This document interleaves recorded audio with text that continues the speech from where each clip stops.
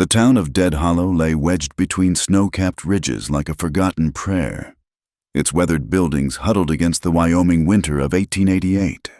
Poverty had etched itself into every splintered board and frost-cracked window. The mountains pressed close, their white shoulders blocking out the world beyond, leaving the townsfolk to nurse their suspicions and grievances in isolation. At the forest's edge, where pine shadows grew thick and the wind sang mournful songs, stood a cabin that seemed to lean away from civilization itself. Its logs had gone gray with neglect, the chinking between them patched with mud and desperation. This was where May Whitlow lived with her 6-year-old son, Eli, two souls clinging to the margins of a town that barely acknowledged their existence. May stood at her kitchen window, watching snow fall in lazy spirals. At 28, she possessed the kind of beauty that harsh living had refined rather than destroyed. High cheekbones sharpened by lean times, eyes the color of winter sage, and hair like spun wheat that she kept severely pinned. Her hands, red and work-worn, gripped a cup of chicory coffee as she studied the empty stretch of land beyond her property line. 2 years since they'd brought Nathan's body back, shot through like a sieve, his fancy pistols missing along with whatever honor he'd once claimed. The town had whispered about the strange circumstances of his death. A robbery gone wrong, they said, though no one could explain why a man of Nathan's skill had been caught so unaware. May knew better than to ask questions. In Dead Hollow, curiosity about the dead could make you join them. "Mama, I'm cold," Eli called from his narrow bed in the corner. May set down her cup and moved to tuck another quilt around her son. He had Nathan's dark hair, but her gentle eyes. "Thank the Lord." She pressed a kiss to his forehead, feeling the chill of the cabin seep through her wool dress. "I'll get the fire going stronger," she promised. Outside, the wind picked up, rattling the loose shingles. May fed another precious log to the stove, calculating how many remained in the wood pile. Not enough to last the month if the cold snap held. She'd need to venture into the forest again, despite the wolves that had grown bold with hunger. The sound of hoofbeats made her freeze. Riders rarely came this far from town, especially with sunset approaching. May moved to the window, then to the rifle mounted above the door. Her fingers knew its weight, its promise. Nathan had taught her to shoot, one of the few useful things he'd given her besides Eli. The rider emerged from the swirling snow like a specter, tall in the saddle, wrapped in a long duster that had seen better decades. He guided his horse with the easy confidence of a man who'd spent more nights under stars than roofs. As he drew closer, May could make out a face weathered by sun and wind, a jaw shadowed with several days' growth, and eyes that seemed to take in everything while revealing nothing. Colt Merrick had come to Dead Hollow following a ghost, the ghost of a man who'd worn a particular ring, a silver band with a snake's head that Colt would recognize even in his grave. The betrayal at Gila Bend had cost him 5 good men and left him with a bullet scar across his ribs that ached in cold weather. For 3 years, he'd tracked whispers and rumors across the territories. And now those whispers had led him here, to this forgotten corner of Wyoming. He'd paid cash for a month's rent on the old Jameson place, a cabin that squatted in disrepair just beyond the tree line. The proprietor at the general store had been eager enough to take his money, less eager to make conversation. That suited Colt fine. He hadn't come here to make friends. What he hadn't expected was to have neighbors. The smoke rising from the chimney of the cabin on the adjacent property told him someone stubborn enough to live this far from town through winter. Someone who valued solitude as much as he did, or had reasons to keep distance from prying eyes. Colt unsaddled his horse in the lean-to that served as a stable, his movements automatic after years of practice. The cabin's interior was sparse, a cot, a table, a stove that looked like it hadn't seen a fire in months. He'd slept in worse places, at least here. The roof looked solid enough to keep the snow out. He was unpacking his saddlebags when the wolf appeared. The creature stood at the edge of the clearing, ribs showing through matted fur, yellow eyes fixed on something Colt couldn't see. Then he heard it, a woman's voice, low and steady, talking to someone. A child's higher tones answered, The wolf's muscles bunched, preparing to spring. Colt moved without thinking. His Colt .45 was in his hand before the wolf could complete its leap. The shot cracked through the twilight air, and the wolf crumpled mid-stride, its body sliding to a stop in the snow. The cabin door burst open. The woman stood framed in lamplight, a rifle raised to her shoulder with practiced ease. Behind her, a small boy peered out with eyes wide as dinner plates. "Step into the light where I can see you," May commanded, her voice carrying the kind of steel that came from facing down fear too many times. Colt raised his hand slowly, his pistol pointed skyward. "Just passing through, ma'am. Saw the wolf stalking. Didn't mean to frighten you." May's eyes flicked to the dead wolf, then back to him. She didn't lower the rifle. "You're the one who rented the Jameson place." "Colt Merrick," he offered, taking a careful step forward so the fading light could catch his face. "I'll drag that carcass away from your property if you'd like." For a long moment, they stood frozen in tableau, the widow with her rifle, the drifter with his raised hands, the boy clutching his mother's skirts. Finally, May lowered her weapon an inch. "Wolves have been bad this winter," she said, as close to thanks as she could manage. "You'd best be careful. They hunt in packs." "I'll keep that in mind." May's gaze lingered on him a moment longer, something unreadable passing across her features. Then she stepped back, her hand finding Eli's shoulder. "Come inside. Eli, now." The door closed with finality, leaving Colt alone with the cooling wolf carcass and a growing awareness that he'd just complicated his simple plan. He holstered his pistol and went to deal with the wolf, all the while feeling the weight of watchful eyes from the cabin window. Inside, May leaned against the door, her heart hammering against her ribs. Eli tugged at her skirt. "Mama? Who was that man?" "Nobody," she said automatically, then caught herself. Lies had been Nathan's currency, not hers. A neighbor, temporary. He killed the wolf. Yes. May moved to the window, watching as the stranger hefted the dead animal with surprising ease. He did. She should report this to Sheriff Bradley. A strange man, armed and too comfortable with killing, taking up residence where he could watch her comings and goings. Every instinct Nathan had beaten into her screamed danger, but something held her back. Maybe it was the way he'd announced himself instead of trying to remain hidden. Maybe it was the practiced way he'd holstered that weapon, speaking of discipline rather than bloodlust. Or maybe she was simply tired of jumping at shadows, of seeing threats in every face that didn't belong to Dead Hollow's meager population. "Is he a bad man?" Eli asked, his young voice carrying a weight no 6-year-old should bear. May watched Colt Merrick disappear into the gathering darkness, the wolf's body slung over his shoulder. "I don't know yet," she admitted. "But we'll be careful. We're always careful, aren't we?" Eli nodded solemnly. He'd learned early that careful was how they survived. Later that night, after Eli had fallen asleep, May sat by the dying fire and cleaned Nathan's rifle.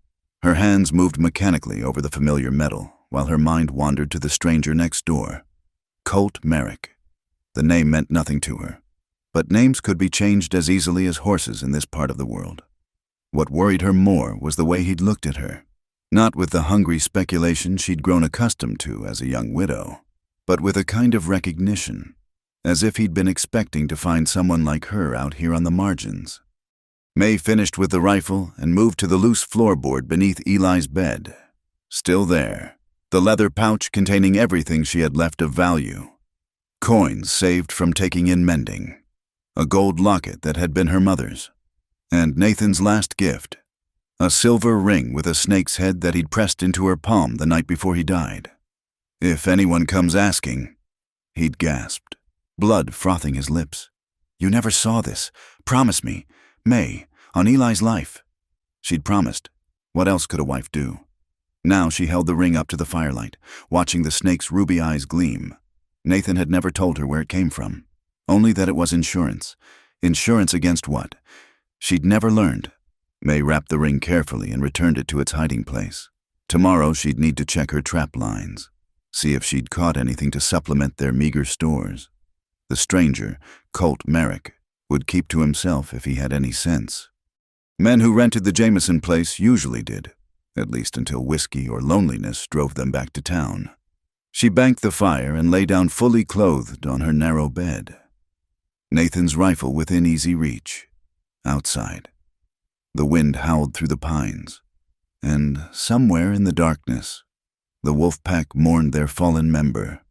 Sleep, when it finally came, brought dreams of gunshots and men with shadows for faces, and a voice that whispered her name like a curse waiting to come due. The fever came in the deep of night, 3 days after the wolf incident. May woke to Eli's whimpers, his small body burning against her palm. In the dim glow of the banked fire, his face looked flushed and wrong, his breathing too quick and shallow. "Mama," he murmured, eyes glassy with heat. "I'm cold." May's heart clenched. She'd seen fever take children before, watched her neighbor's daughter slip away despite all the prayers and poultices they could muster. Out here, so far from town and Dr. Morrison's medicines, fever was a death sentence written in sweat and delirium. She wrapped Eli in every blanket they owned, stoked the fire until the cabin grew stifling, and bathed his face with cool water from the pitcher. Nothing helped. By dawn, he was delirious, calling for his father, for people May didn't know. Pride was a luxury she couldn't afford, not with Eli's life hanging by a thread. May bundled herself against the cold and trudged through knee-deep snow to the Jameson place. The sun hadn't yet crested the mountains, and the world lay hushed and gray. She found Colt Merrick splitting wood behind his cabin, working in just his shirt sleeves despite the bitter cold. He straightened when he saw her, setting aside his axe. Something in her face must have told the story because he didn't wait for explanations. "What do you need?" "My boy, Eli. He's burning with fever." "Do you have any medicines?" "Anything?" Colt studied her for a heartbeat, then nodded. "Wait here." He disappeared into his cabin and emerged with a leather satchel that had seen hard use. "I've got some willow bark and quinine, learned field medicine during the war." He grabbed his coat. "Show me." May hadn't expected him to come. She'd hoped only for whatever medicines he might spare. But here he was, matching her urgent stride through the snow, that worn satchel clutched in one hand. Eli lay still as death when they entered. Only the rapid rise and fall of his chest showing life remained. Colt knelt beside the bed with surprising gentleness, his rough hands careful as they felt the boy's forehead. Checked his pulse. "How long has he been like this?" "Since midnight, maybe before. I woke to him crying." Colt nodded, already pulling items from his satchel. "Get water boiling. We'll need to break the fever and get fluids into him." He produced a packet of bark and another of white powder. "This is quinine, bitter as sin, but it works." For the next 2 hours, they worked in focused silence.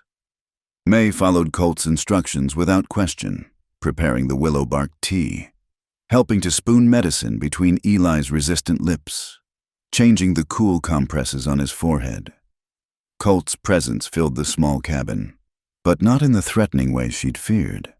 He moved with the practiced efficiency of someone who'd tended the sick before, who knew that death could be held at bay with the right combination of medicine and stubborn will. "You've done this before," May observed as he checked Eli's pulse again. "Field hospitals in Virginia, Tennessee." His voice carried ghosts. "Saw too many boys not much older than him burning up with camp fever." "You were a soldier?" "Once." The word closed that door firmly. By noon, Eli's fever had broken. He slept peacefully, his breathing evening out, color returning to his cheeks. May sagged with relief, suddenly aware of her exhaustion. She'd been running on fear and will alone. "He'll need watching," Colt said, packing his satchel. "The fever might spike again tonight. Keep giving him the willow bark tea every few hours." "I don't know how to thank you."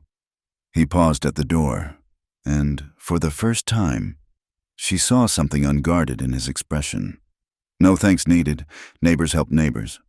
But they both knew they weren't really neighbors. They were two damaged souls who'd washed up on the same isolated shore, pretending at normal life while running from shadows that had teeth. Colt stayed that night, sleeping in the chair by the fire while May dozed fitfully beside Eli. She woke once to find him adding wood to the stove, moving quietly to avoid disturbing them. The firelight caught his profile, and she noticed the scar along his jaw, the way his hand never strayed far from the pistol at his hip, even in supposed safety. The second night, when Eli's fever returned as predicted, Colt was there again without being asked. This time May made coffee, real coffee from her precious store, and they sat together during the long hours, talking in low voices while Eli fought his battle. "What brings a man to Dead Hollow in winter?" May asked, surprising herself with the question. Colt was quiet so long she thought he wouldn't answer. Then, "Unfinished business. Someone I need to find." "In Dead Hollow?" She couldn't hide her skepticism. Nothing here but miners' widows and broken dreams. Sometimes that's where people hide, among the broken things. May felt the weight of his gaze but kept her eyes on Eli. "My husband used to say the only thing worth hiding was guilt." Smart man. He thought so. The bitterness crept in despite her effort. Right up until someone put 6 bullets in him. She felt rather than saw Colt's stillness. When she finally looked at him, his face had gone carefully neutral. "I'm sorry for your loss." "Don't be. Nathan made his choices. We just live with them." They lapsed into silence, but it was less strained now. May found herself studying Colt's hands as he whittled a piece of pine into something that might become a toy horse. They were capable hands, scarred across the knuckles, steady despite their violent history. On the third morning, Eli woke clear-eyed and hungry. May nearly wept with relief as he asked for biscuits and honey. Colt ruffled the boy's hair, a gesture so unexpected and gentle that it made May's chest tight. "You gave us a scare, young man."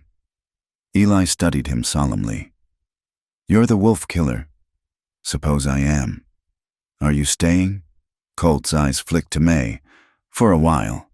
As he prepared to leave, May walked him to the door. Snow had started falling again. Fat flakes that would soon erase all trace of their passage between the cabins. "I owe you. You owe me nothing." He pulled on his coat, and something fell from the pocket. A badge, tarnished but unmistakable, hit the floor with a dull thud.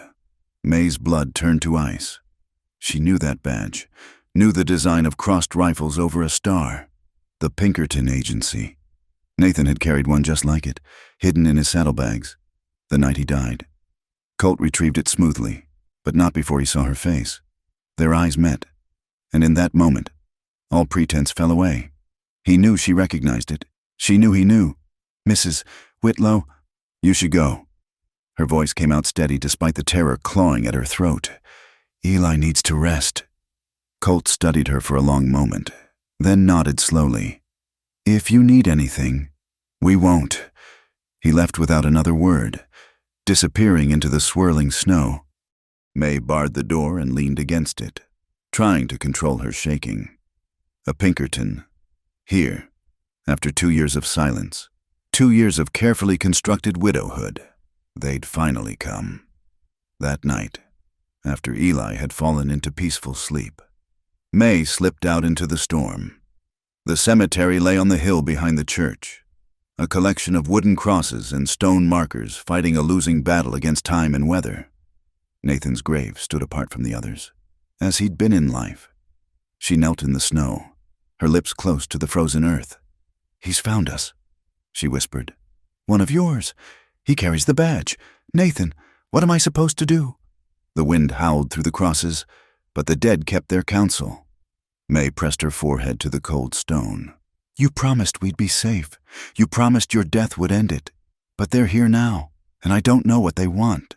She thought of Colt's hands, gentle on Eli's forehead. Thought of the way he'd sat through those long nights, asking nothing, offering only help. It didn't align with what Nathan had told her about Pinkertons, cold men who'd hunt a fugitive across hell itself for the right price. Was it all lies? "Nathan, everything you told me?"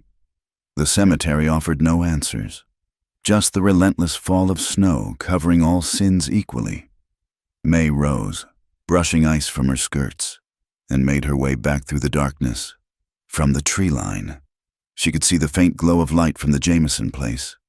Colt Merrick was awake, probably aware of her movements, possibly planning his next move in whatever game this was. She'd protected Eli this long. She'd do whatever necessary to keep protecting him, even if it meant facing down a Pinkerton with blood on his hands and winter in his eyes. Back in the cabin, May checked the rifle, counted her ammunition, and mentally cataloged every possible escape route. Then she sat by Eli's bed, watching him breathe, and waited for dawn to reveal whether Colt Merrick was their salvation or their doom. In the morning, she found fresh-cut wood stacked by her door and rabbit tracks leading away through the snow. No boot prints, just the wood, left like an offering or an apology. May brought the wood inside, fed the fire, and made breakfast for her son. Whatever Colt Merrick wanted, whatever game the Pinkertons were playing, it would have to wait. Today, Eli was alive and hungry, and that was miracle enough. But she kept the rifle close, and when she caught herself looking out the window toward the Jameson place, she forced her hands to stay busy with mending and tried not to think about scarred hands and battlefield medicines, about a man who killed wolves but saved children, who carried a lawman's badge but moved like an outlaw in the night. The snow kept falling, burying secrets and footprints alike, while two cabins stood like islands in the white expanse, their occupants circling each other in a careful dance that could end in blood or something else entirely. Clay Morton rode into Dead Hollow on a Tuesday, bringing trouble in his wake like dust after horses. May first saw him through the general store window, a lean figure dismounting with the lazy confidence of a man who'd never met a situation he couldn't shoot his way out of. Something in the way he moved, the way his hand rested on his gun belt, made her stomach clench with recognition. She'd seen that same easy violence in Nathan, in the men who'd visited their ranch at odd hours, speaking in low voices about jobs and territory. Clay had that look, predator's eyes and a face that smiled too easily. "Mama, can I have a penny candy?" Eli tugged at her skirt. "Not today." May guided him toward the door, keeping her head down, but it was too late. "Well, I'll be damned." Clay's voice carried across the store. "May Whitlow, thought you'd have moved on by now." She had no choice but to turn. Clay stood by the counter, thumbs hooked in his gun belt, that snake oil smile spreading across his weathered face. He hadn't changed much, still whip thin, still wearing his guns low, still radiating the kind of menace that made decent folk cross the street. "Mr. Morton," she kept her voice level. "I thought you were in California. Got homesick for Wyoming winters." His pale eyes flicked to Eli. "Boy's growing. Looks more like his daddy every day." Eli pressed closer to her side. May's hand found his shoulder. "We were just leaving. No rush. I'm in town for a spell. Looking for someone. Actually, maybe you've seen him. Tall fellow. Dark hair. Goes by Colt Merrick?" May's heart hammered, but she kept her face blank. "Can't say I have. We keep to ourselves." Clay's smile widened. "Sure you do. Nathan always said you were a smart woman. Too smart for your own good. Maybe." The threat hung between them like a loaded gun. May met his gaze steadily. "Good day, Mr. Morton." She left without buying supplies, Eli's hand tight in hers, behind them. Clay's laughter followed like a bad omen. That evening, Colt appeared at her door just after sunset.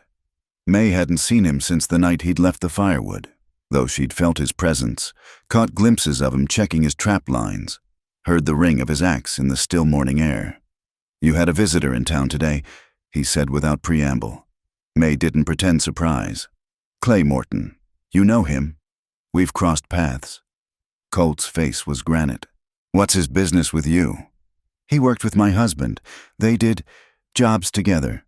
"What kind of jobs?" May looked away. "The kind men don't discuss with their wives." "But you knew."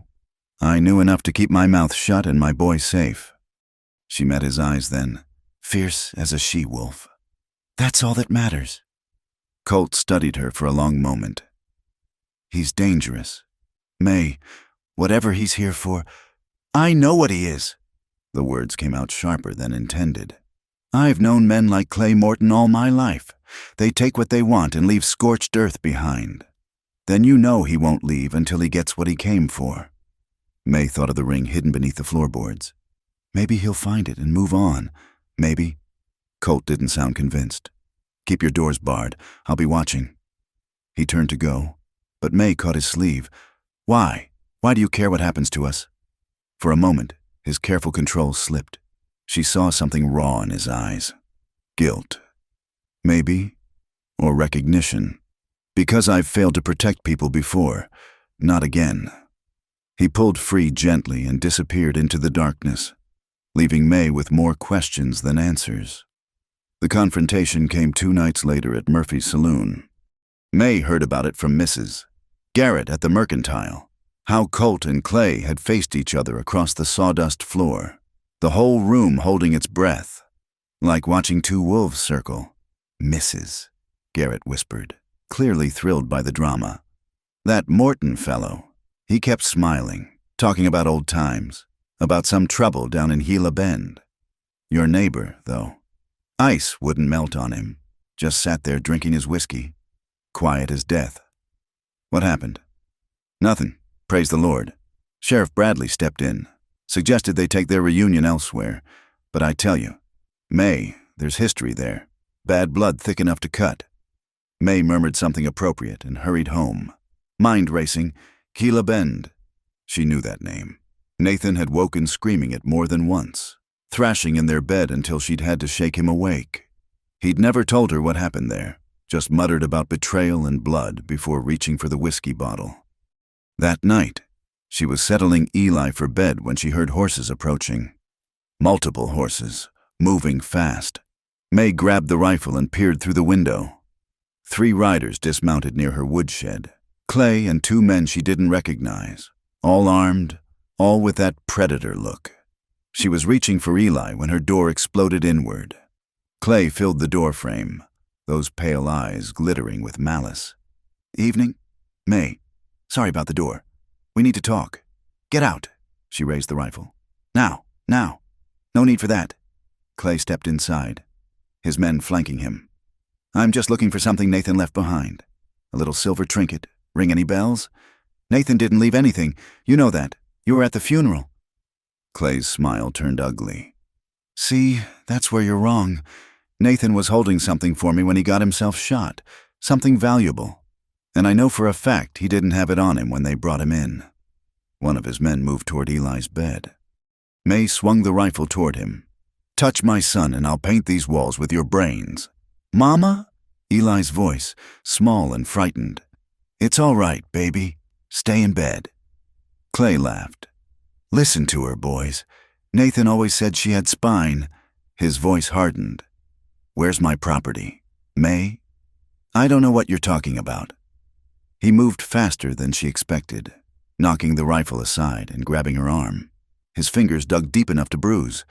Nathan betrayed a lot of people. May took something that wasn't his to take. Now, I'm a reasonable man. Give me what I came for, and we leave. Simple as that. I don't have anything. His grip tightened. Eli whimpered from his bed. Clay's smile widened. Maybe we're asking the wrong person. Hey, boy, your daddy ever show you any special hiding places? That's when May snapped. She twisted in his grip and struck him hard across the face, her palm cracking against his cheek with all the fury of 2 years' worth of fear and anger. Clay released her, more from surprise than pain. His hand went to his face, came away with blood from where her wedding ring had cut him. The room went very still. You're going to regret that, he said softly. The door crashed open again. Colt stood silhouetted against the snow, both guns drawn. Step away from her, Clay. Clay turned slowly, that snake smile returning. Well, the man of the hour. Boys, meet Colt Merrick, or should I call you by your real name? Detective. May's world tilted. Detective. The word echoed in the sudden silence. I said, step away. Colt's voice was steady as his guns. Sure, sure. Clay raised his hands, backing toward his men. No need for violence. We were just having a conversation about old times, about Gila Bend, about who sold out who. Get out. Don't come back. Clay paused at the ruined door. This isn't over. That ring belongs to me, and I'll have it one way or another. His eyes found May. Think about your boy, May. Think real hard. They left, their horses' hoofbeats fading into the night. Colt holstered his guns and moved to check the door. All business now. Pack what you need. You can't stay here tonight. May hadn't moved. Detective. He stilled. It's complicated. Is it? Her voice was deadly quiet. Because from where I stand, it looks real simple. You're a Pinkerton. He knew it. You've been lying since you got here. May, don't! She moved to Eli, gathering him into her arms. We don't need your help. Yes, you do. Clay won't stop. Whatever Nathan took.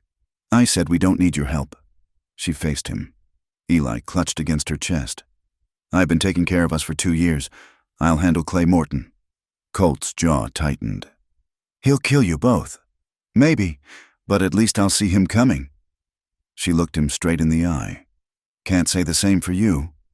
Something flickered across his face. Hurt, maybe, or frustration.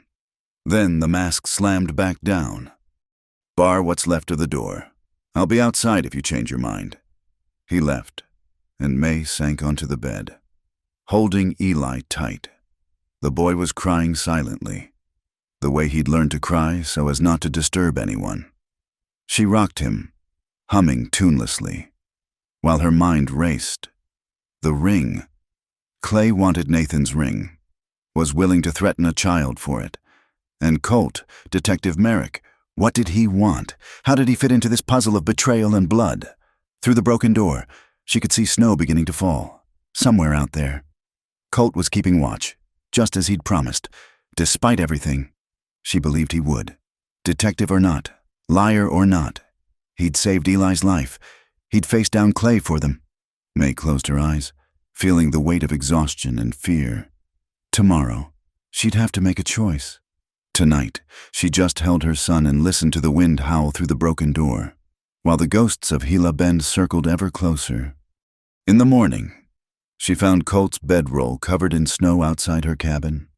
He'd stayed all night, keeping watch in the freezing cold. When their eyes met across the white expanse, something passed between them. Not forgiveness, not yet, but acknowledgement. They were bound together now, by Clay's threat and Nathan's secrets, and the ring hidden beneath her floorboards. Whatever happened next. May knew her careful isolation was over. The past had found them, wearing a snake's smile and carrying grudges sharp as bullets. She nodded once to Colt, a truce for now, and went inside to make breakfast for her son. Outside, the snow kept falling, covering tracks and blood alike, while Dead Hollow held its breath and waited for the storm to break. The morning broke clear and bitter cold, the kind of day that made the mountains seem close enough to touch. May stood at her repaired door, watching Colt saddle his horse. He'd worked through the night to fix what Clay had broken, never asking permission, just quietly setting things right. Where are you going? The words escaped before she could stop them. He glanced over his shoulder. Thought you didn't need my help. May pulled her shawl tighter. I'm asking anyway. Up the mountain, there's an old trapper's cache where they used to store honey. Figured you might need some for the boy. He turned back to his work. Unless you object to charity from a liar. The accusation from their last encounter hung between them. May bit her lip. It's not charity if I pay you for it. With what? Pride? Despite everything, she almost smiled. I mend. I can fix those holes in your coat. Colt considered this. Fair enough. You any good with a rifle? Nathan made sure of it. Then you're coming with me. Can't leave you here alone. And I could use an extra pair of eyes. May hesitated, leaving Eli with Mrs. Patterson in town would be safe enough for a few hours. But going into the wilderness with Colt, Detective Merrick, she reminded herself, felt like stepping off a cliff. Clay's men are watching the roads. Colt added quietly, "Up the mountain. We can talk. Really talk. You deserve answers." That decided her. "Give me an hour." The trail up Bridger Peak was barely visible beneath the snow. Their horses picked their way carefully while the world fell away below them, dead hollows shrinking to a collection of matchstick buildings, smoke rising straight in the still air. May rode behind Colt, rifle across her saddle, watching how he moved with his horse like they were one creature. Everything about him spoke of years in rough country, of survival earned hard. They climbed for 2 hours before reaching a sheltered grove where ancient pines created a natural windbreak. Colt dismounted near a rock formation that looked like praying hands pressed together. "Cache is up there," he said, pointing to a crevice. "But we can rest first. Horses need it." They found shelter beneath an overhang, protected from the wind. Colt built a small fire with economical movements while May spread out a blanket she'd brought. The intimacy of the moment, just the two of them in this wild place, made her pulse quicken. "So," she said. "Detective." Colt fed twigs to the growing flame. "Former detective. Haven't carried a badge in 3 years." "Since Gila Bend." His hand stilled. "You know about that?" "Nathan had nightmares. He'd call out names, places. Gila Bend came up often." "What else did he say?" May studied his profile, trying to read the stone. "That someone betrayed them. That good men died for nothing. That the snake would swallow its own tail." She paused. "I never understood that last part." Colt's smile was bitter. "The snake, that's what we called our unit. Unofficial, of course. The agency didn't approve of dramatics." He pulled something from his pocket, a silver ring identical to Nathan's. "We all wore these brotherhood. We thought, turns out it was just another lie. You were part of Nathan's gang?" "Other way round. Nathan was part of my team. We were tracking Confederate gold that never made it to the treasury after the war. $1 million in coins. They said the agency had word it was moving through Gila Bend." His voice went flat. 6 men went into that canyon. Only 2 came out." May waited, sensing the weight of untold story.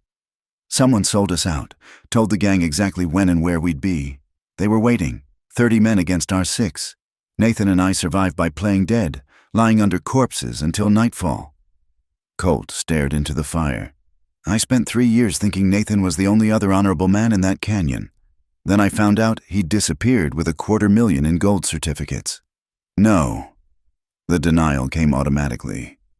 "Nathan came home with nothing. We barely survived that winter." "I know." Colt's eyes found hers. "That's what doesn't make sense. Clay Morton was the gang's inside man. I'm sure of it now. But the gold vanished. Neither Clay nor Nathan had it." May suddenly understood. "You think Nathan hid it? That's why Clay wants the ring." The rings were more than symbols. "Look." Colt showed her the snake's head. A tiny seam ran along the jaw. He pressed it, and the mouth opened to reveal a hollow space. "Messages, coordinates, small items. Nathan's ring might have what Clay needs to find the gold." May thought of the ring hidden beneath her floorboards. All this blood and fear over money that might not even exist. "I don't have it," she lied reflexively. "I know you do." Colt's voice was gentle. "And I don't care. I'm not here for gold. May, not anymore." "Then why are you here?" He was quiet so long she thought he wouldn't answer. When he finally spoke, his voice was rough. "Because I'm tired of carrying ghosts. Because when I close my eyes, I see those men dying, and I need to know why. Need to know it meant something." The pain in his voice undid her. Without thinking, May reached out and touched his scarred hand. He went very still. "I'm sorry," she whispered. "For what you lost, for what Nathan did." He turned his hand over, fingers interlacing with hers. "Don't apologize for him. You weren't responsible for his choices. I married him. I stayed with him. You survived him. There's a difference." The wind picked up outside their shelter, but the rock walls held it back. The fire crackled between them, throwing shadows that danced on stone. Colt's thumb traced circles on her palm, and May felt something inside her chest crack open, some barrier she'd built against feeling anything beyond fear and determination. "There's something else," she said. Nathan was afraid near the end. Not of dying. He seemed almost eager for that, but afraid of what would happen to Eli and me after. She looked up at him. Was he right to be afraid? Instead of answering, Colt lifted her hand to his lips, pressing a kiss to her knuckles that sent heat racing through her veins. "I won't let anything happen to you, either of you. You can't promise that. Watch me." The fierce certainty in his voice undid the last of her resistance. May leaned into him, feeling the solid warmth of his chest, the strength in the arm that came around her. They sat like that for a long moment, her head on his shoulder, his chin resting on her hair. "The scar," he said suddenly. "On your shoulder. I saw it when you were tending Eli. Nathan?" May tensed, but didn't pull away. He had moods, dark times when the whiskey couldn't quiet whatever haunted him. Usually he took it out on furniture. Sometimes... She shrugged, the gesture saying everything. Colt's arm tightened around her. "If he weren't already dead..." "Don't." May sat up, meeting his eyes. "He's gone. That's all that matters. I won't have you carrying his sins too. You have enough ghosts."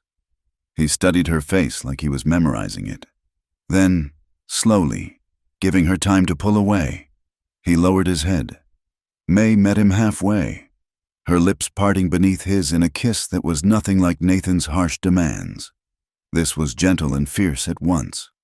Question and answer. A claiming that went both directions. When they finally broke apart, both breathing hard, Colt rested his forehead against hers. "May, I know."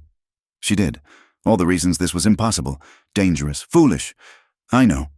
They pulled apart reluctantly, awareness of their exposed position returning. Colt banked the fire while May folded the blanket, both of them moving carefully, as if something fragile might shatter. The honey cache was where Colt had said, protected in sealed clay pots that had survived who knew how many winters. They loaded what they could carry, working in companionable silence that felt more intimate than their kiss. It was on the ride down that Colt spotted the tracks. 3 horses, he said quietly, studying the churned snow, moving fast toward town. May's heart sank. Eli. They pushed the horses as hard as they dared on the treacherous trail. By the time they reached Dead Hollow, the sun was setting, painting the snow crimson. Mrs.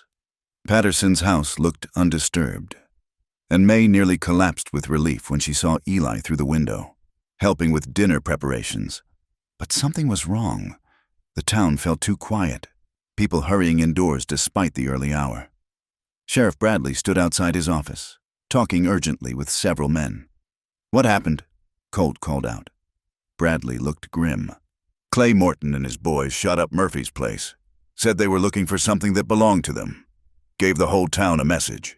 His eyes found May. "Said to tell the widow Whitlow she's got until tomorrow night. After that, things get unpleasant." May felt Colt tense beside her. "Where's Clay now?" "Rode out toward the old Benson mine. Probably holed up there." Bradley spat tobacco juice into the snow. "I've got no authority outside town limits. And even if I did," he shrugged, the gesture eloquent. They collected Eli and rode home in tense silence, the boy picking up on their mood and staying quiet. May kept expecting shots from the darkness. Clay's men emerging from the shadows, but they made it home unmolested, the cabin a welcome sight despite its isolation. That night, after Eli was asleep, May retrieved Nathan's ring from its hiding place. She sat at the table, turning it over in her hands while Colt stood watch at the window. "I could give it to him," she said quietly. "End this." "You could." Colt didn't turn around. "But he won't leave witnesses. You know that." She did. Clay Morton didn't leave loose ends. "Then what do we do?" Colt finally faced her, and she saw the weariness in his eyes, the weight of too many violent choices. "We could run. Tonight, take Eli and disappear. Or we end this my way."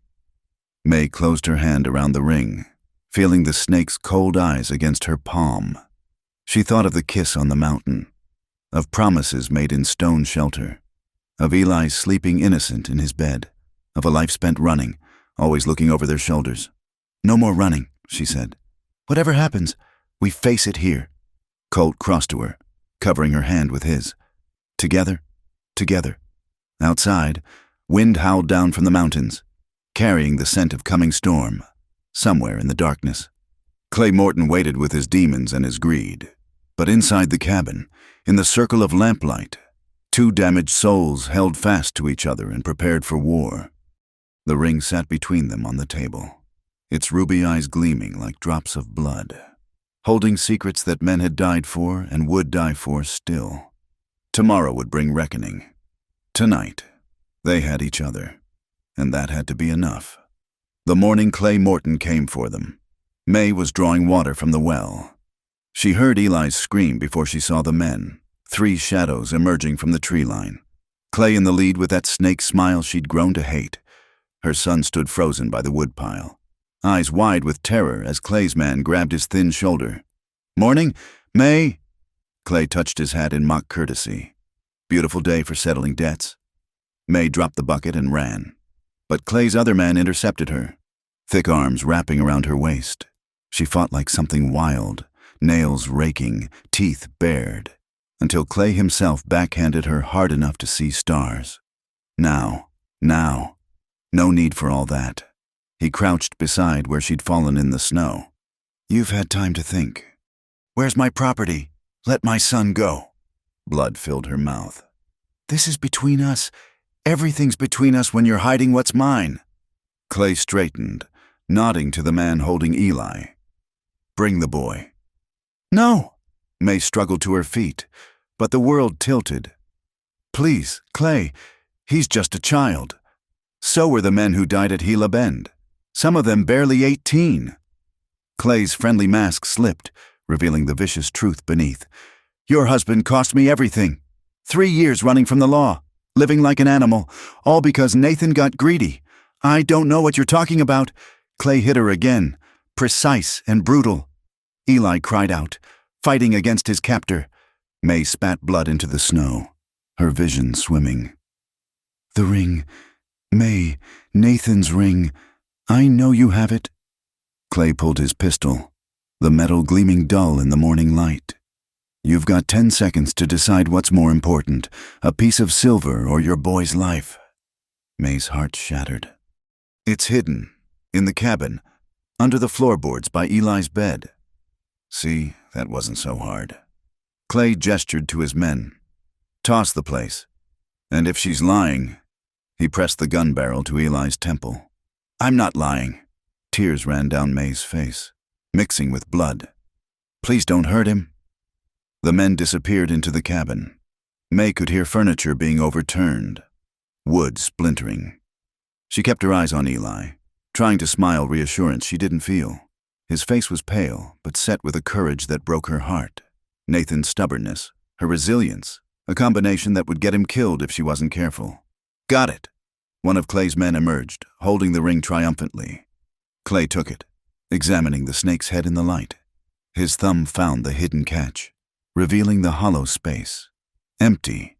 His face darkened. "Where is it?" "Where's what?" May's confusion was genuine. That's all there was.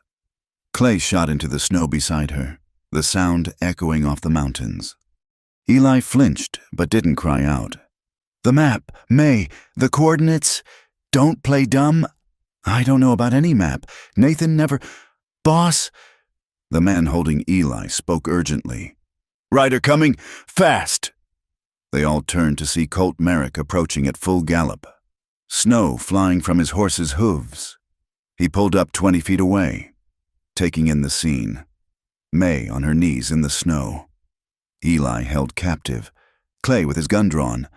"Let him go! Clay!" Colt's voice carried like winter wind. "Detective Merrick, right on time." Clay kept his pistol trained on May. "Come to watch the show? I've got what you want." Colt dismounted slowly, hands visible. "The real coordinates. Nathan gave them to me before he died." Clay laughed.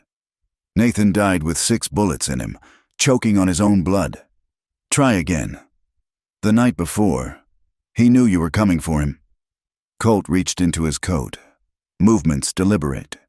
He found me in Carson City. Said if anything happened to him, I should use this to take care of his family. He pulled out a folded paper, holding it up, even from a distance. May could see the water stains, the aged edges.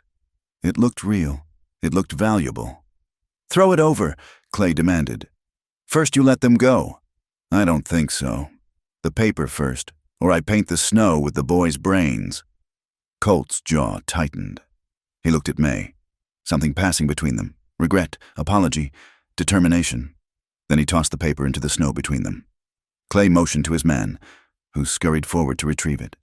As Clay unfolded the document, his eyes gleaming with greed, Colt spoke quietly to May. When I tell you, run for the cabin. Clay was absorbed in the paper, lips moving as he read. Then his face contorted with rage. This is a deed to a mining claim, worthless ground in Nevada. He crumpled the paper. You think I'm stupid? No, Colt said. I think you're predictable. The shot came from the tree line, sharp and clean, taking down the man holding Eli. As the body fell, Colt drew both pistols in a motion too fast to follow. Run! May grabbed Eli, half dragging him toward the cabin as gunfire erupted behind them. She heard Colt's gun speaking their violent language, heard Clay cursing, heard another body hit the snow. At the doorway, she shoved Eli inside and turned back. Colt stood in the open, magnificent and terrible, guns smoking. One of Clay's men lay still. The other was crawling toward the trees, leaving a red trail. Clay himself crouched behind the well, trading shots that cracked through the morning air. May, get inside! But she was already moving, bringing Nathan's rifle to her shoulder with practiced ease. The weapon bucked against her shoulder as she fired, splinters exploding from the well housing inches from Clay's head. He jerked back, giving Colt the opening he needed. The detective's shot was perfect, catching Clay in the shoulder, spinning him into the snow. His gun flew from nerveless fingers. In seconds, Colt was on him, boot on his chest, gun pointed at his head. Wait, May called out, walking closer. I need him to hear this. She stood over Clay Morton, this man who'd haunted her nightmares, who'd threatened her child, who'd carried violence in his wake like disease. Blood spread beneath him, turning the snow crimson. Nathan didn't betray you at Gila Bend, she said quietly. He told me everything before he died. You were the one who sold out the Pinkertons. You were the one who got those men killed. Nathan figured it out, took the gold certificates to stop you from profiting from their blood. Clay's laugh was wet, painful. Self-righteous fool. Where did that get him? Dead, May agreed. Just like you. She looked at Colt. But if you kill him now, if you take your revenge, I'll never believe justice exists. I'll never believe we can be better than the violence that made us. Colt's hand was rock steady, his finger on the trigger. She could see the war in his face. 3 years of hunting, of carrying dead men's names, of needing someone to pay for Gila Bend. He threatened Eli, Colt said, voice rough. He hurt you. Yes. May stepped closer, not to Clay, but to Colt. And killing him won't undo any of it. It'll just add another ghost to the ones you already carry. May, please. She reached out, her hand covering his on the gun. For me, for Eli, for us. Let the law have him. For a long moment, they stood frozen, May's hand on Colt's, the gun aimed at Clay's head, the morning sun casting long shadows across blood-stained snow. Then, slowly, Colt lowered the weapon. You're lucky she's a better person than either of us, he told Clay. Sheriff Bradley can have you, what's left of you. Clay's face twisted with fury and pain. This isn't over. You think you've won? The gold's still out there. Others will come. They'll never stop coming. Let them come. Colt holstered his guns. We'll be long gone. He turned to May, and she saw the shift in him. Some weight lifted. Some debt paid, not through blood but through mercy, through choosing to break the cycle that had trapped them all. "Eli," May called. "It's safe now." Her son emerged from the cabin, pale but unharmed. He ran to her, and she caught him up, holding him tight, over his head. She met Colt's eyes. "Thank you," she whispered. "No." He touched her face gently, thumb brushing away tears she hadn't realized were falling. "Thank you." Sheriff Bradley arrived an hour later with a posse, drawn by the gunfire. They took Clay and the wounded man away, leaving May and Colt to explain what they could, leaving out what they couldn't. The sheriff seemed satisfied. Clay Morton had been wanted in 3 territories, and bringing him in would mean commendations, maybe even a raise. That night, after the bodies were removed and the blood covered with fresh snow, May sat with Colt on a repaired porch. Eli slept inside, exhausted by the day's terrors. The stars came out one by one, diamond bright in the clear mountain air. "The ring," May said eventually. "You'll want it for evidence." "No." Colt took her hand. "Nathan earned that ring. Whatever else he did, it belongs to his son now. And the gold, the certificates, Nathan burned them." At her startled look, he smiled. "That's what he told me in his fever dreams. Burned them all rather than let Clay profit from murder. Your husband was many things, May, but in the end, he tried to do right." May leaned into him, feeling the solid warmth of his presence. "What happens now?" "Now?" Colt pressed a kiss to her hair. "Now we heal. We build something new. We raise that boy to be better than the men who came before. Together. If you'll have me, a broken-down detective with too many scars and not enough sense." May turned in his arms, seeing the hope in his eyes, the promise of a future neither had dared imagine. "Yes," she said, and kissed him under the Wyoming stars while the mountains stood witness and the ghosts of Gila Bend finally found their rest. In the morning, they would face questions and paperwork and the gossip of Dead Hollow. But tonight, they had survived. They had chosen mercy over vengeance, love over fear, and in a land built on violence and loss, that was its own kind of miracle. The pass through Savage Ridge lay thick with snow, the moon casting everything in shades of silver and shadow. Colt had tracked Clay Morton here after the man broke custody during transport, killing Deputy Walsh and disappearing into the mountains. May's whispered words echoed in his mind as he guided his horse through the treacherous terrain. "If you kill him, I'll never believe justice exists." He found Clay's horse first, the animal standing riderless near a cluster of wind-bent pines. Blood spotted the saddle. The trail led upward, toward the narrow ledge locals called Devil's Shelf, a strip of rock barely wide enough for one man, with a 1,000-foot drop on one side. Clay was waiting there, back against the cliff face, one hand pressed to his bleeding side. The moonlight revealed his ghastly smile, teeth stained dark. "Knew you'd come," Clay wheezed. "Couldn't let the law have me. Could you? Had to finish it yourself." Colt dismounted slowly, hands visible. "I'm bringing you back. Clay, alive." "The hell you are." Clay's free hand moved to his gun. 3 years I've waited. 3 years of running, hiding, scraping by while that gold sat out there somewhere. You think I'll rot in prison while you play house with Nathan's widow? It's over. The gold's gone. Nathan destroyed it." "Liar!" Clay's voice cracked with rage. "Nobody burns a fortune. Nobody's that noble. Nathan was, in the end." Colt took a step closer. He knew what that blood money would do, how it would poison everything it touched. So he burned it all. Clay laughed, the sound wet and broken. "Then he died for nothing, just like those boys at Gila Bend, just like we all will." "No." Colt thought of May's face in lamplight, of Eli's quiet courage. "He died protecting his family from men like you, men like we used to be. Still are."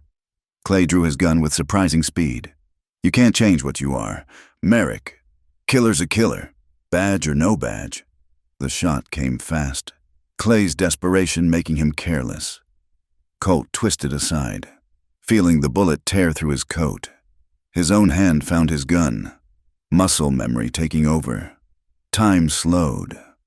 He saw Clay trying to cock the hammer for another shot, saw the madness in his eyes, the bitter fury of a man who'd lost everything to his own greed. Saw the cliff edge just feet away, loose rocks tumbling into the void. May's words, "If you kill him." Colt's bullet took Clay in the gun hand, sending the weapon spinning into the darkness. Clay screamed, clutching his shattered fingers, and stumbled backward. His boot hit loose shale. "No!" Colt lunged forward, reaching out, but Clay's weight was already shifting. Their eyes met for one eternal second, Clay's filled with surprise, as if he couldn't believe it would end like this. Not in a blaze of gunfire, but with a simple misstep. Clay Morton fell backward into the void, his scream echoing off the canyon walls before cutting off abruptly. Colt dropped to his knees at the precipice, staring down into darkness so complete it might have swallowed the world. He stayed there a long time, the wind cutting through his coat, his mind replaying every second.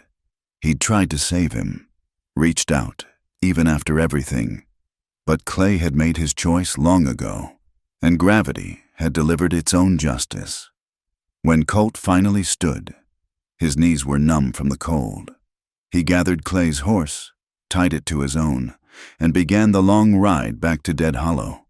No body to bring back, the canyon would keep its dead. But Sheriff Bradley would take his word. A detective's word still carried weight, even a former one. Dawn was breaking when he reached May's cabin. She was already awake, standing in the doorway as if she'd been waiting all night. Her face went pale when she saw him alone. "Clay? Dead." The word came out flat. "Fell from Devil's Shelf trying to shoot me." She studied his face, reading the truth there. "Did you?" I shot the gun from his hand, tried to grab him when he slipped. Colt dismounted heavily. "Wasn't enough." May came to him then, her arms wrapping around his waist, her head against his chest. "You tried. That matters." "Does it?" He breathed in the scent of her hair, wood smoke and pine. "He's still dead. I'm still the man who tracked him there. You're the man who gave him a chance." She pulled back to look at him. "The man who chose not to execute him when you could have. That's who you are now." Eli appeared in the doorway, rubbing sleep from his eyes. "Mr. Colt, did you catch the bad man?" Colt met May's eyes over the boy's head. "Yeah, partner. He won't hurt anyone again." "Good." Eli's simple acceptance was somehow harder to bear than May's understanding. "Mama made biscuits." They went inside together. The ordinary miracle of breakfast waiting. Colt watched May move around her kitchen, watched Eli set the table with careful concentration, and felt something ease in his chest. Clay was dead, but not by his hand, not by choice, but by consequence. Maybe that was its own kind of justice. "There's something else," Colt said as May poured coffee. "In Clay's saddlebags, letters from other men, asking about the gold." He was right. Others will come looking. May's hand stilled on the pot. "Then we deal with them when they come, or we leave." He caught her hand. "Start fresh somewhere. Clay's name means nothing. California, maybe, Oregon, somewhere Eli can grow up without this shadow. Leave Dead Hollow?" She looked around the cabin, this place that had been refuge and prison both. "I don't know anything else. You know how to survive, how to protect what matters." Colt squeezed her fingers gently. "That translates anywhere. What about you, your work? The agency will always need men who can track and shoot, but maybe it's time I tried building something instead of hunting it." He glanced at Eli, who was listening with the intensity children brought to adult conversations. "Maybe it's time we'd both stopped running from ghosts and started running toward something better." May was quiet for a long moment. Then, "Eli, what do you think about seeing the ocean?" The boy's eyes went wide. "The real ocean, with ships and everything?" "With ships and everything," Colt confirmed. "Maybe you could learn to sail, be a ship's captain someday, or a detective like you." Colt's smile was rueful. "Hopefully something with less shooting." They talked through the morning, making plans that seemed impossible and necessary in equal measure. May had little to pack. Their life here had been one of bare survival. The cabin could be sold, the proceeds enough to start over. The ring, Nathan's ring, would go with them, not as a reminder of violence, but of redemption, of men who tried, in the end, to do right. Sheriff Bradley took Colt's report without question, seeming almost relieved that Clay Morton's story had ended without more bloodshed in his town. The letters from Clay's associates went into evidence, warnings sent out through official channels. Dead Hollow would have to weather whatever came next without them. Their last evening. May stood with Colt at Nathan's grave. The wooden marker had weathered 2 winters, the name barely visible. She'd brought wildflowers, the first of spring, laying them gently on the frozen ground. "I kept my promise," she said quietly. "Raised our boy safe, survived, but I can't stay here anymore. Can't keep living in your shadow." The wind whispered through the cemetery, stirring the flowers. Colt stood silent beside her, understanding this was her moment, her farewell. "I'm taking Eli to see the ocean," May continued. "Going to show him there's more to life than snow and secrets. Going to love a good man who sees me as more than your widow."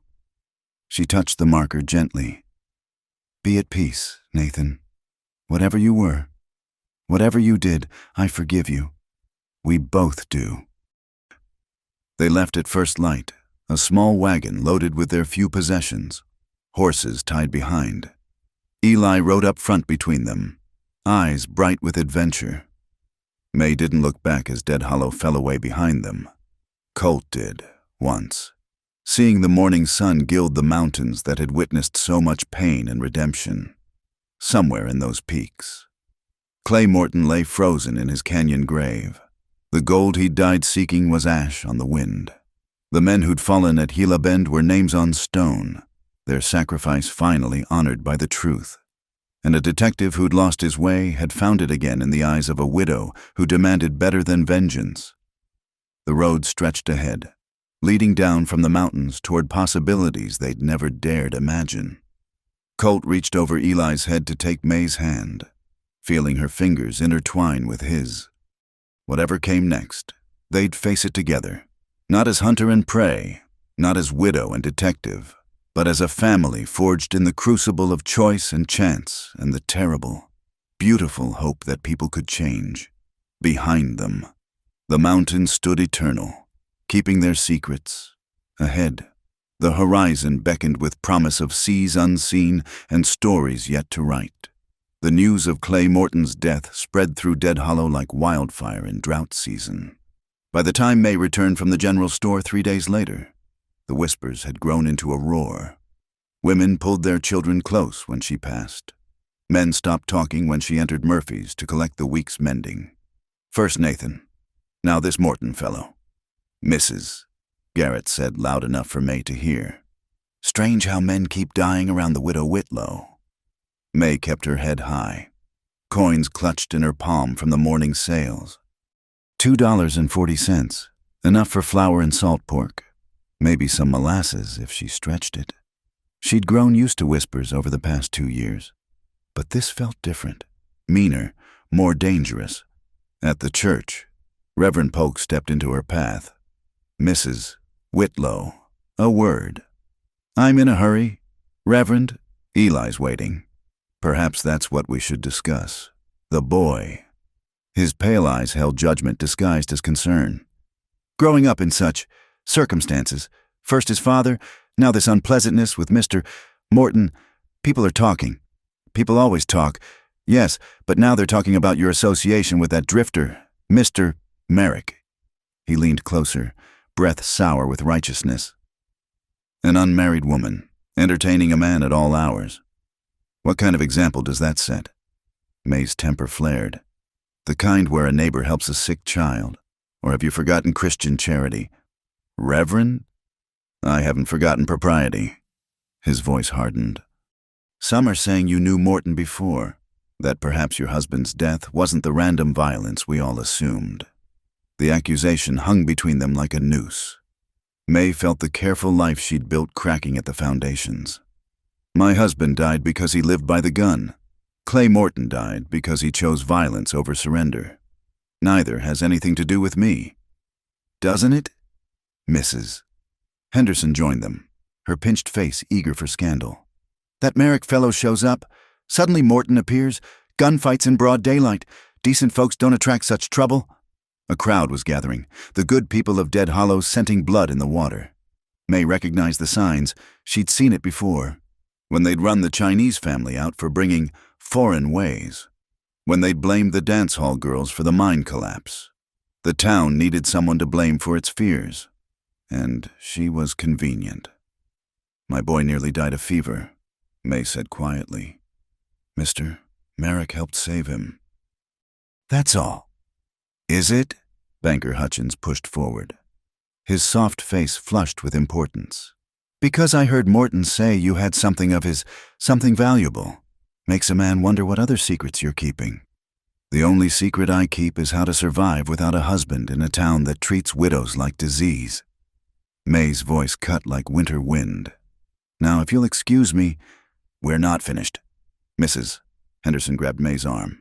This is a Christian town. We won't tolerate. Let her go.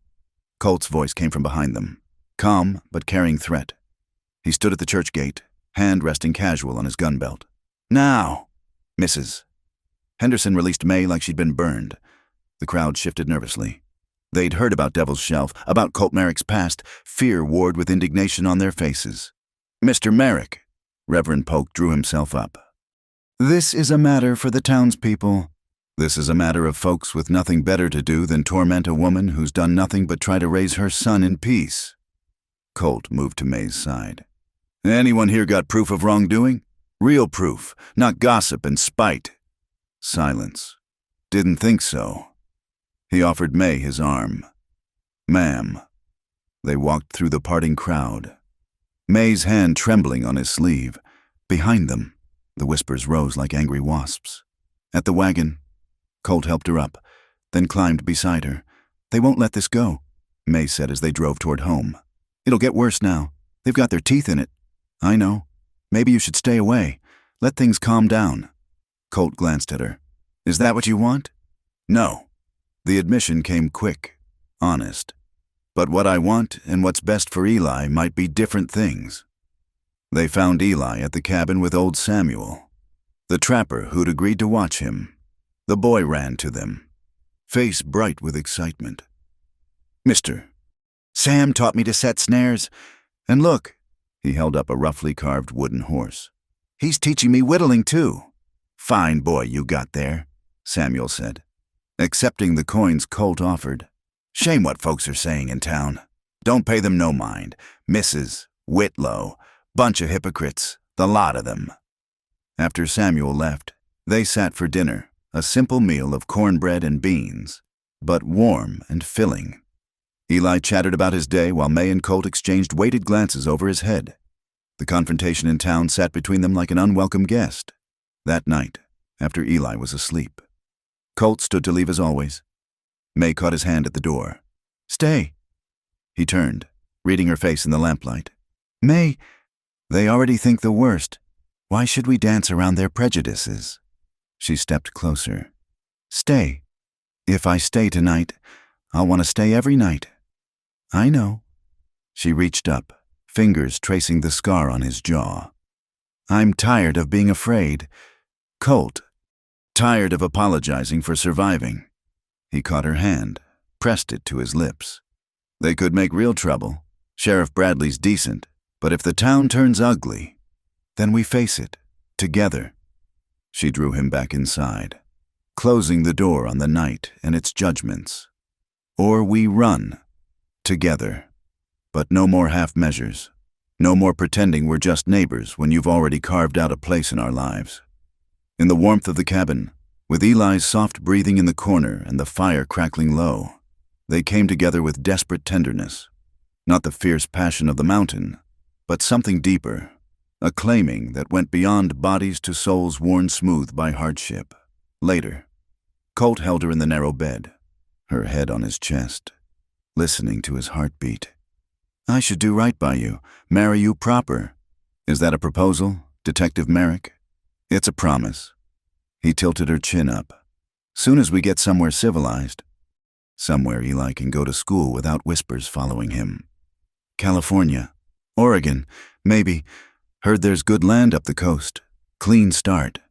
May traced patterns on his chest, thinking, I've got $70 saved. The cabin might bring 50 more if anyone would buy from the scandalous widow. I've got enough to get us there. Start a small spread, maybe cattle or horses. His hand smoothed her hair. Never pictured myself a rancher, but then I never pictured any of this. Regrets. Only that I didn't find you sooner. Before, he stopped, but she knew. Before Nathan. Before Gila Bend. Before all the blood that brought them together. We found each other when we were meant to, May said firmly. When we were ready to choose different. Morning came too soon, bringing new troubles. A rock through the window while they ate breakfast. Jezebel painted on the cabin wall in red. Eli's face went pale, but he tried to be brave. Why are they being mean? Mama? May knelt beside him. Because sometimes when people are afraid or unhappy, they look for someone to blame. It's not right, but it happens. Is it because of Mr. Colt? Colt answered before May could. It's because your mama's strong, and that scares some folks. But you know what? We don't need their approval. We've got each other. That afternoon, Sheriff Bradley arrived, hat in hand. May, Colt, we got a problem? Just one? May's voice was bitter. Town council met this morning. They want you gone, both of you. He looked miserable. I told them they got no legal cause, but they're talking about taking matters into their own hands. Figured you should know. How long do we have? Colt asked. Day or two, maybe. I'll do what I can, but Bradley shrugged helplessly. 30 against 1 ain't good odds.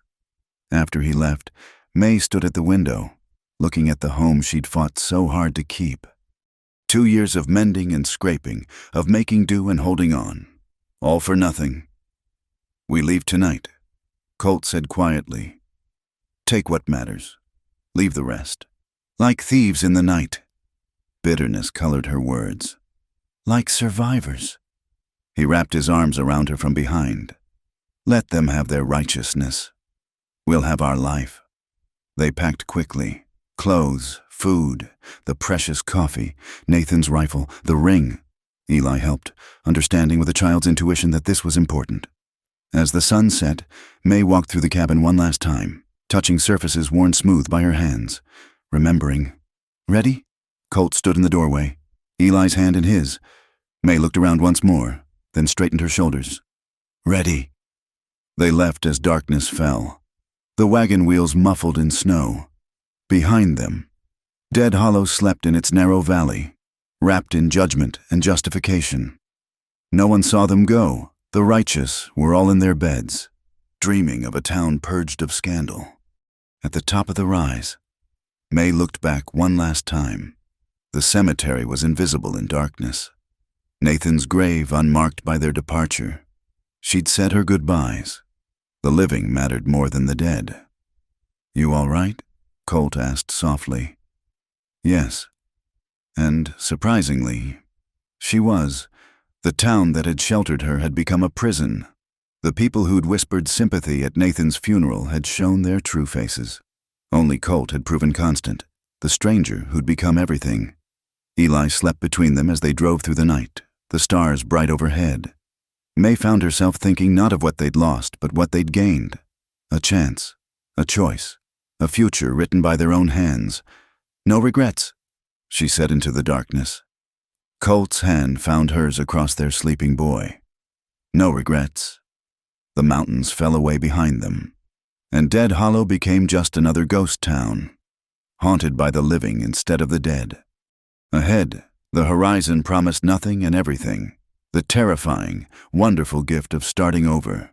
They drove on through the night, 3 souls bound by choice rather than circumstance, leaving judgment behind for the harder, sweeter work of building a life worth living.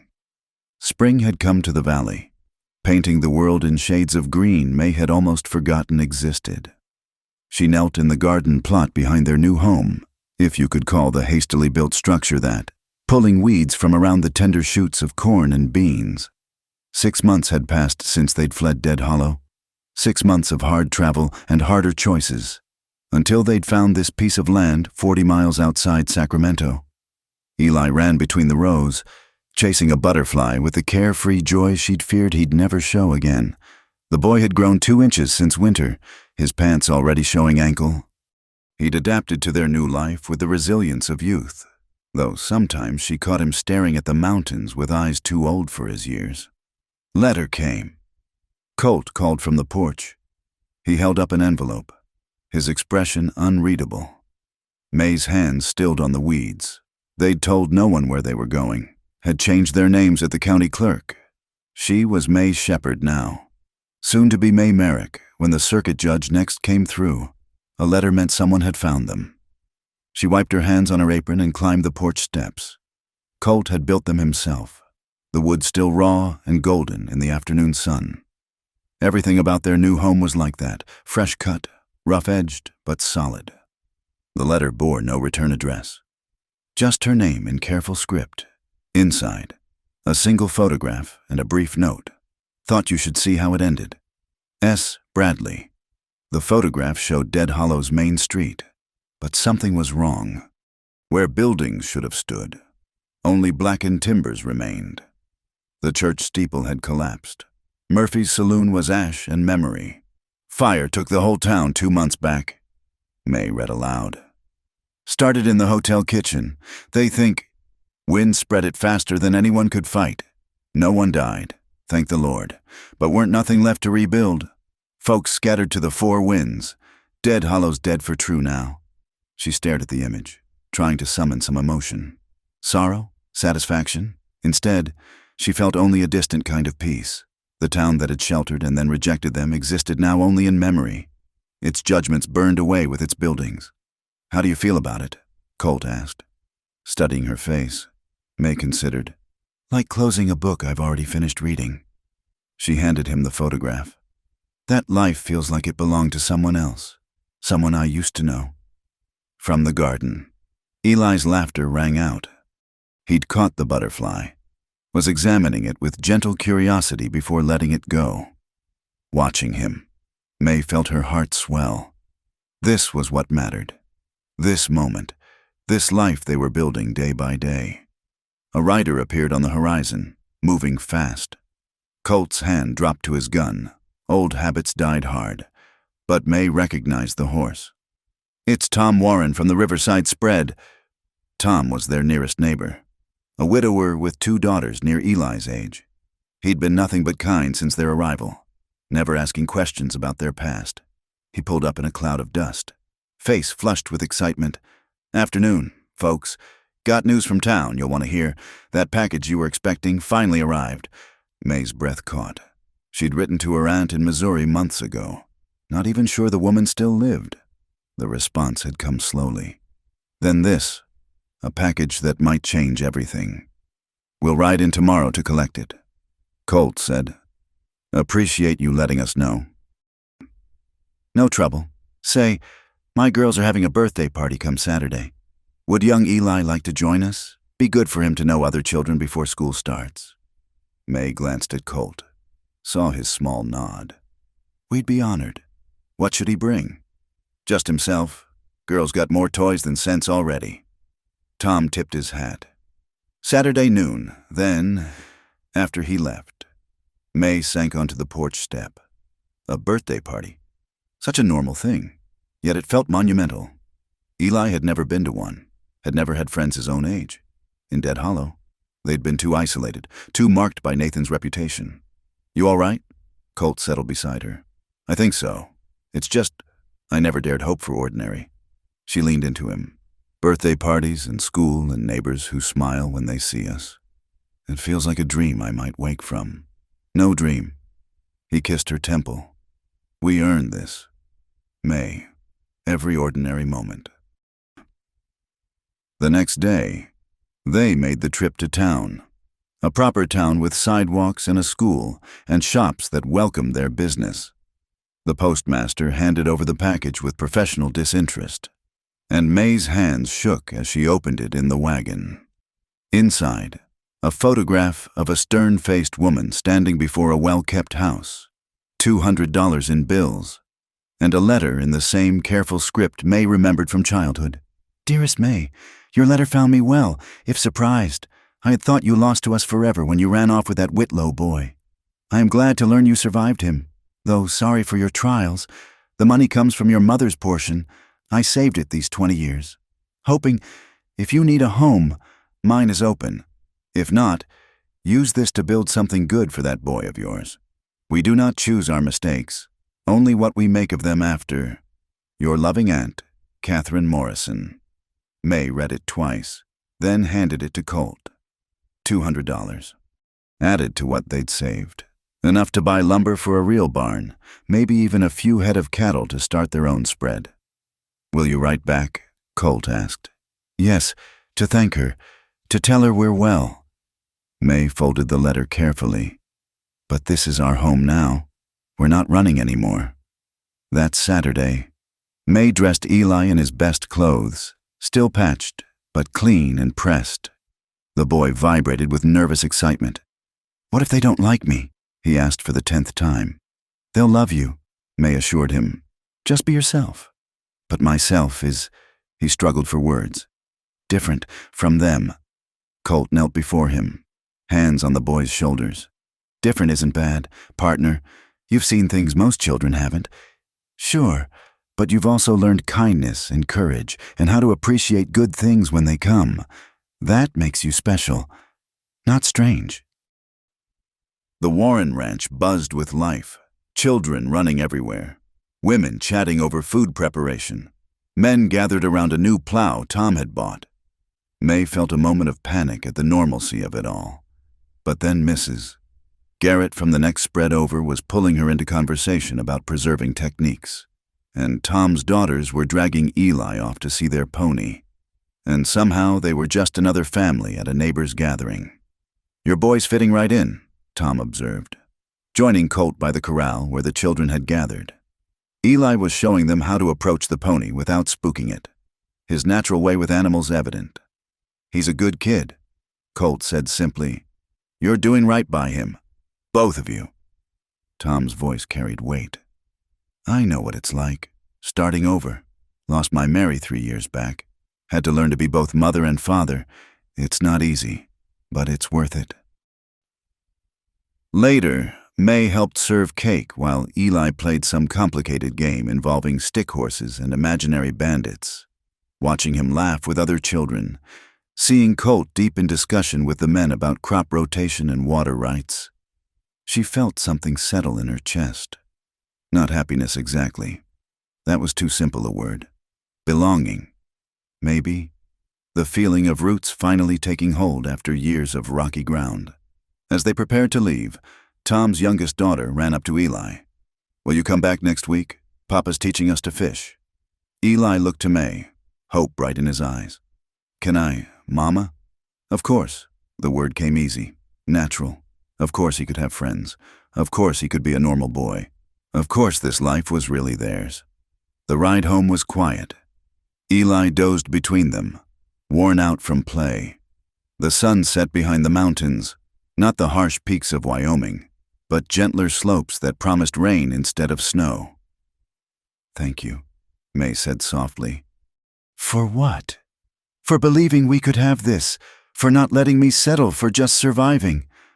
Colt's hand found hers. You did that. You chose to leave, to risk everything for something better. We chose, she corrected. All three of us. They reached home as the first stars appeared. Their little house looked welcoming in the twilight. Lamplight already glowing in the window from the fire Colt had banked that morning. Not grand, not perfect, but theirs. While Colt tended the horses, May tucked Eli into bed. He was asleep almost instantly, a smile still playing at his lips. She smoothed his hair, marveling at the peace in his face. No more nightmares about men with guns. No more flinching at raised voices. Just a boy who'd played with friends and fallen asleep happy. She found Colt on the porch, watching the stars emerge. May settled beside him, her head on his shoulder, his arm coming around her automatically. The circuit judge comes through next month, he said. We could be married proper by then. May Merrick. She tested the name. I like the sound of it. Mrs. Merrick. His voice carried a smile. The rancher's wife, Mother to a fine boy. Member of the community. Former detective's wife, she corrected. Don't forget that part. Former everything. He pressed a kiss to her hair. Just Colt now. Just a man trying to build something good with the woman he loves. May lifted her head to look at him. Say that again. Which part? You know which part. His hand cupped her face, thumb tracing her cheekbone. I love you. May Whitlow, soon to be Merrick. Have since you pointed that rifle at me in the snow. I love you too, she whispered, though it took me longer to admit it. They sat in comfortable silence, watching the stars wheel overhead. Somewhere in the distance, a coyote called and was answered. The sound no longer brought fear, just acknowledgement of the wild world beyond their small circle of light. I keep thinking about Dead Hollow, May said eventually.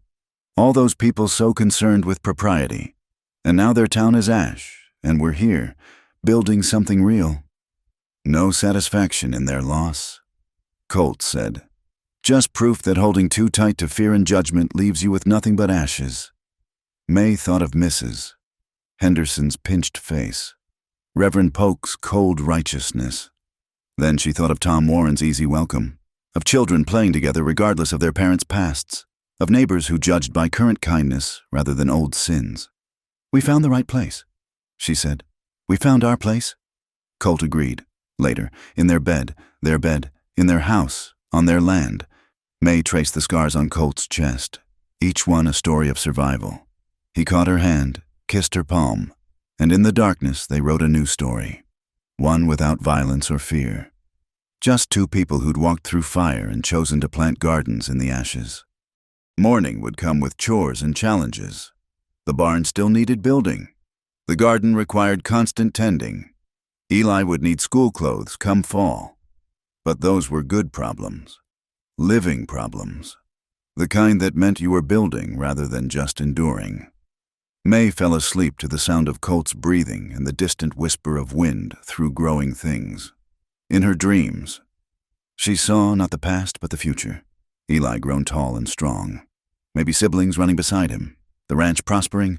Colt's hair gone gray. His guns hung up for good. Herself in the garden. Hands dirty with earth instead of stained with fear. A life. An ordinary, extraordinary life. In the morning, they would begin again the daily work of becoming who they'd chosen to be. But tonight, in the quiet darkness of their new home, they were already there. Already whole. Already home. The transformation was complete. May Whitlow, the desperate widow, had become May Shepherd, soon to be Merrick, woman of the earth, mother, partner, survivor transformed into thriver. The mountains of Wyoming were memory. Dead Hollow was ash. But here in this valley, under these stars, with these people she'd chosen and who'd chosen her, life bloomed like the garden she tended, patient, persistent, and full of untold promise. Thank you so much for listening to this story. I'm curious to know where you're enjoying this tale. Are you listening while driving, relaxing at home, or perhaps during your evening walk? Please subscribe to the From Wild West channel and share your thoughts in the comments.